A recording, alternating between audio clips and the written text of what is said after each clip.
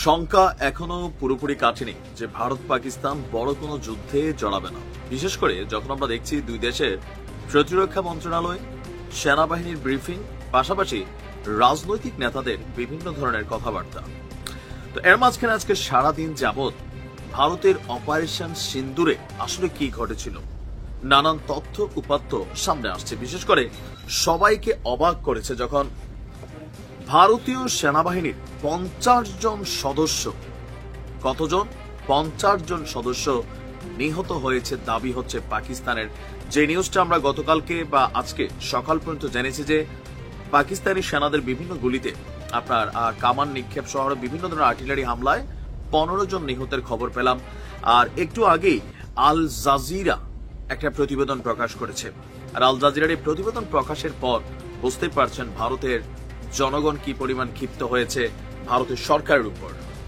দর্শক, প্রতিবেদনটিতে বলা হয়েছে পাকিস্তানের তথ্যমন্ত্রী আতাউল্লাহ তারা তিনি বলছেন, ভারত শাসিত এবং পাকিস্তান শাসিত কাশ্মীরকে বিভক্তকারীর নিয়ন্ত্রণ রেখায় গোলাগুলির সময় পাকিস্তানের সশস্ত্র বাহিনীর হাতে 40 থেকে 50 জন ভারতীয় সেনা নিহত হয়েছে। আপনাদের খেয়াল থাকার কথা যে গতকালকে এই ঘটনার পরপরই দুই দেশের সীমান্তে বেশ কয়েক ধাপে কয়েকটি পয়েন্টে গোলাগুলি হয়েছে। যদিও ভারত দাবি করছিল তাদের সামরিক কোনো ক্ষয়ক্ষতি হয়নি, কিন্তু পাকিস্তান বলছিল যে আস্তে ধীরে তথ্য প্রকাশ করা হবে। আর যখন আপনার আল জাজিরা আপনার এই বক্তব্য দিয়েছে বা প্রতিবেদন এনেছে, ভারত জুড়ে তোলপাড়।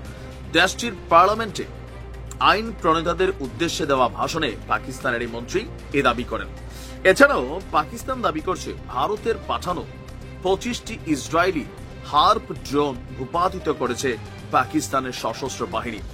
দেশটির আইএসপিআর বলছে পাকিস্তানের সশস্ত্র বাহিনী তাদের সফট কিল এবং হার্ড কিল, সফট কিল হচ্ছে প্রযুক্তি, হার্ড কিল হচ্ছে সরাসরি অস্ত্র ব্যবহার করে দক্ষতা সম্পূর্ণরূপে তারা ব্যবহার করে ভারত কর্তৃক পাঠানো 25টি ইসরায়েলের তৈরি হার্প ড্রোন তারা গুলি করে ভূপাতিত করেছে। আর এছাড়া আপনার কি বলা হচ্ছে, রাফাল যুদ্ধ বিমানগুলো ধ্বংসের পর ফ্রান্সের যুদ্ধ বিমানের যে ব্যবসা সেটার মধ্যে একটা বড় ধরনের ধাক্কা খাচ্ছে আমরা দেখতে পাচ্ছি। এছাড়া এ পর্যন্ত আর সর্বশেষ আপডেট হচ্ছে এই যুদ্ধ আর চলমান হবে না কি হবে না। আজকে আমরা দেখছি আপনার অসরাম না কোন একটা এলাকার মধ্যে ভারত ব্ল্যাক আউট যে মহড়া, মানে পাকিস্তানে হামলার ঠিক আগের রাতে যে ব্ল্যাক আউট মহড়া করেছিল, এরপরে এই ব্ল্যাক আউট মহড়া দ্বিতীয়বার দেখলাম এবং ছোট আকারে নাকি একটা অভিযানও পরিচালনা করেছে। যদিও এটা নিয়ে গণমাধ্যমে ওই পরিমাণ তথ্য উপাত্ত বা ক্ষয়ক্ষতির কোনো কিছু আসে নাই। বলা হয়েছে যে আর্টিলারি অথবা ড্রোন হামলাটা খালি একটা স্থানে গিয়ে পড়ছে, এখানে ক্ষয়ক্ষতির কোনো আপডেট নাই। তবে এই মুহূর্তে কূটনৈতিকভাবে আমরা দেখছি যে আপনার পাকিস্তানের বক্তব্য ভারতের বক্তব্যে কিছুটা পার্থক্য আছে। ভারত বলছে তারা সম্ভবত আর দ্বিতীয় ধাপে বড় কোনো হামলা চালাবে না যদি পাকিস্তান পাল্টা কোনো আপনার হামলা না করে।